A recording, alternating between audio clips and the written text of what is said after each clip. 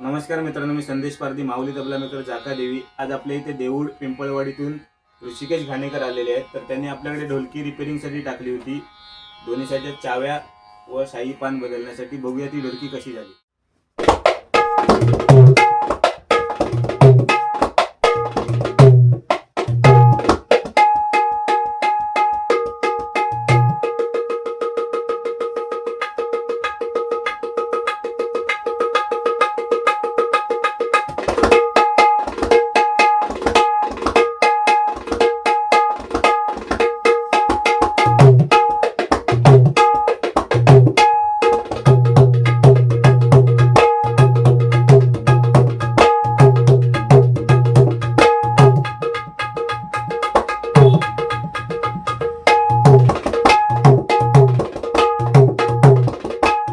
नमस्कार, मी ऋषिकेश घाणेकर देऊळमधून आलो आहे.